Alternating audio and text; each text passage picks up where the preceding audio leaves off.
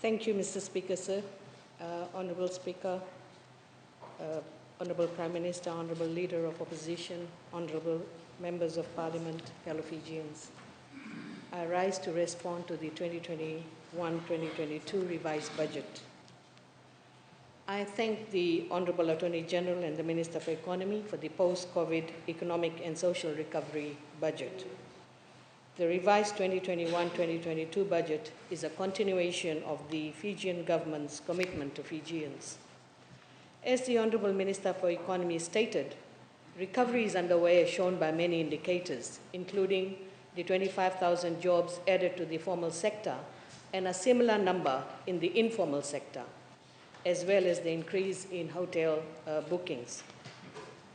Mr. Speaker, sir, ordinary Fijians must be given relief from the external shock that has pushed the price of basic needs such as fuel and food.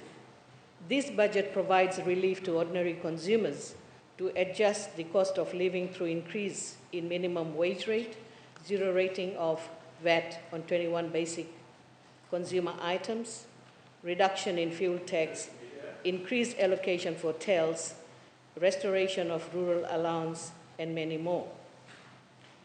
Mr. Speaker, sir, not too long ago, Honorable Lewere did question about the restoration of rural allowance, and I remember that very clearly. Today, he did not even acknowledge that the restoration of rural allowance have been made despite the current situation. Order. The budget that was delivered focused on social recovery from the economic shock caused by the COVID-19 pandemic and the war in Ukraine that has pushed the price of goods and services. Considering that the crisis affects not only Fiji but also the whole world, the government has realistically and comprehensively addressed issues across the board. Mr. Speaker, sir, the allocations for my two ministries have been increased. The 2021-2022 revised budget has kept the funding for sanitary pad initiative. This initiative is part of the government's commitment to promote the safe menstrual health of our girls. Mr. Speaker, sir, this initiative is keeping our girls in schools. Each year, government allocates an average of 60 million in free education grant to schools.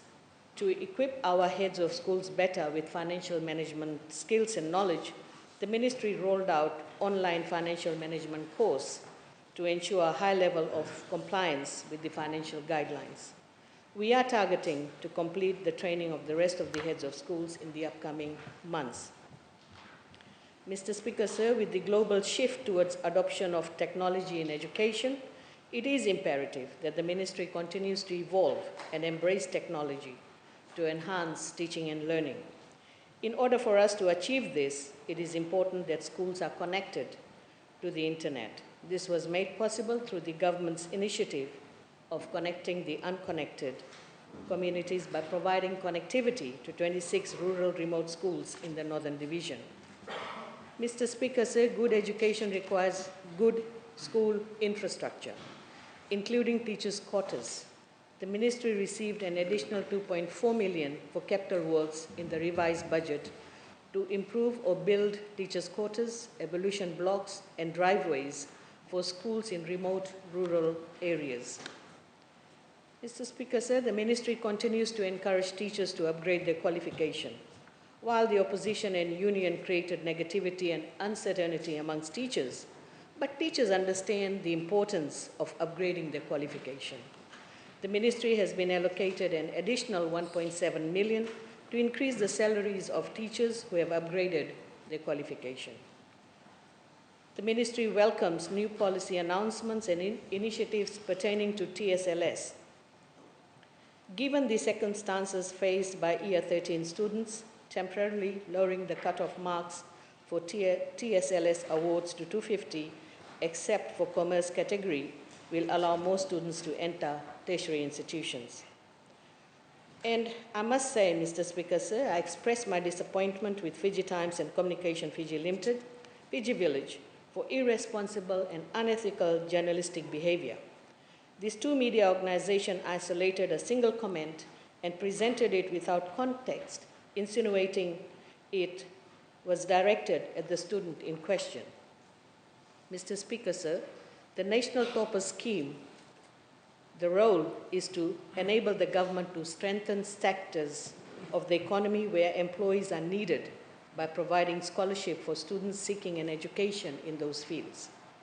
It is to ensure that the gaps in underserved economic sectors in Fiji are filled, so we have enough engineers, pharmacists, lab technicians, nurses, plumbers, electricians, and agricultural specialists, and many more to keep our nation progressing. We are investing in students not just for them to attain higher education, but also making sure that they get into areas which offer better job prospect and, of course, meet Fiji's needs. This is a common sense-based and practical initiative to provide support for those sectors where there is demand. Predictably, Honorable Prasad has jumped on CFL's and Fiji Times sensationalizing misinformation. It is common knowledge that CFL and Fiji Times will provide headlines for NFP on statement from government ministers in a negative way, many at times commenting without due care on the context of the statement. Can Honorable Prasad explain to law students why they are not eligible for NTS? Can they explain to students in other fields that are oversupplied with graduates why they have not received scholarship? Don't they have aspirations and dreams, Mr. Speaker, sir? What about those students who have been adhering to this policy and understand why this criteria was applied? There are over 500 students studying law at the 3 universities in Fiji. Can Honorable Prasad go and explain to the hundreds of law students why he is only pushing for MBBS scholarship and not LLB scholarships? We urge everyone to think about national priorities. Under the 2013 Constitution, everyone is treated fairly.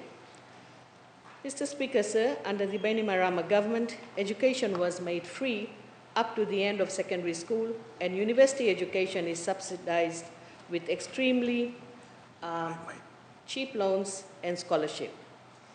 In 2019, 3 years ago, Fiji had crossed the World Health Organization threshold of 1 doctor for every 1,000 people.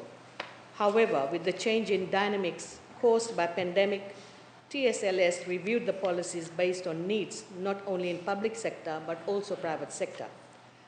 And I must say, Mr. Speaker, sir, that TSLS is a statutory body which is governed by the board, and it has its own CEO.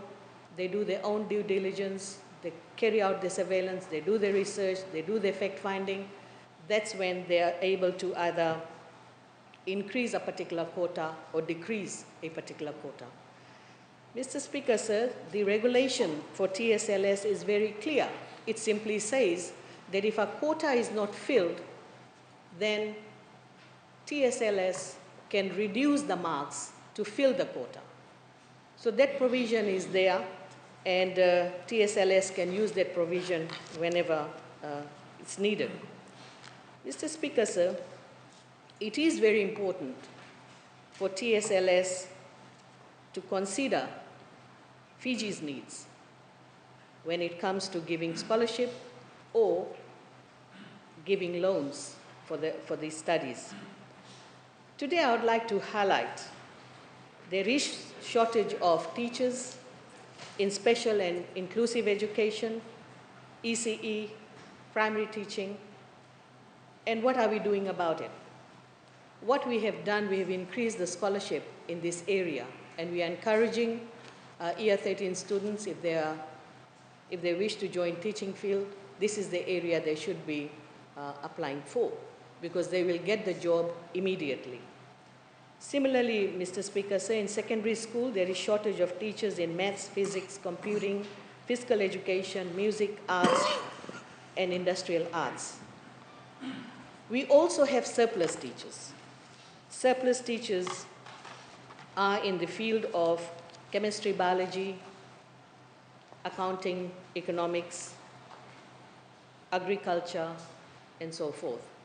These are the teachers who graduated from 2018-2019, and they're still applying for a job, but we don't have a vacancy, Mr. Speaker, sir. So these are the constraints we are facing. But I would like to highlight one simple point here, that the dynamics of workforce is changing globally. And I'm sure the opposition have heard about mass resignations that is taking place in certain countries around the globe. It is after COVID-19 that the job seekers have decided that they do not wish to be employed anymore. And that has created a lot of shortages in the market. And today we see that our people who are well-skilled, they are being recruited by companies in Australia, New Zealand, US, and other places. So based on these needs, definitely the dynamic has changed, and therefore we have to increase the number of scholarship and also reduce the marks so that we can fill the quota and get our workforce ready. Mr. Speaker, moving on to the Ministry of Local Government. The Ministry for Local Government and the 13 municipal councils are working closely with the Department of Town and Country Planning to accelerate block zoning, building and subdivision in areas where growth pressure has been realized. Mr. Speaker, sir, due to the effects of the pandemic, the market vendors' stall fees was paid by the government to the municipal council. This was done to provide some relief to over 8,000 vendors. In this budget, an additional 2.6 million has been allocated to extend the waiver of fees to all kiosks and sweet cart operators. Mr. Speaker, sir, a sum of 2.5 million has been allocated in this financial year to pay base fees for PSV owners. This allocation has again strengthened the revenue stream of the councils and supported the operations and infrastructure projects. Mr. Speaker, sir, the removal of business licenses has contributed towards ease of doing businesses as well as investments. The provision of business license grant to the small municipal councils will continue with the service delivery without any disruption. Mr. Speaker, sir, the pandemic has had a huge impact on the implementation of capital projects due to supply chain disruption and travel restriction. Despite the hurdles, the Ministry of Local Government will continue to implement capital projects that make our towns and cities more vibrant. Mr. Speaker, sir, the sum of $348,000 has been allocated towards the maintenance of Ratu the Kambau Park, particularly Pavilion B, to improve the stadium and its facilities for sporting purposes. Pavilion A, work on Pavilion A is already complete, but the work on Pavilion B requires additional funding, which has come through this budget. Mr. Speaker, sir, we are also progressing with our Nakasi Farmers Market. The market is targeted to assist farmers and to provide the much-needed fresh vegetables, root crops, fruits to the people around Nakasi and Davulevu. A budget allocation of 300,000 will ensure that the market is completed in a timely manner. Mr. Speaker, sir, the funding of 81,000 has been allocated to Namaka Market Complex, and this amount will help in completing the remaining works, which was mainly the car park area, so that the council can start generating some revenue. Now, Mr. Speaker, sir, let me turn to some of the comments that were made earlier, and particularly on OMRS. It appeared as if OMRS is only used in the teaching field or in the education sector. But let me clarify that OMRS is for the whole of civil service. It is an equitable, transparent process. Just like any other sector, employers select the best person for the job. But Mr. Speaker, sir, we have been hearing this from the opposition quite a bit. But let me give you a bit of a history in terms of how teachers were selected in the past, Mr. Speaker, sir.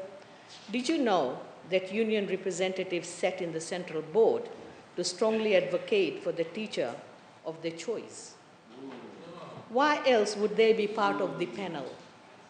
it was wrong for them to sit in a panel or even recommend promotion.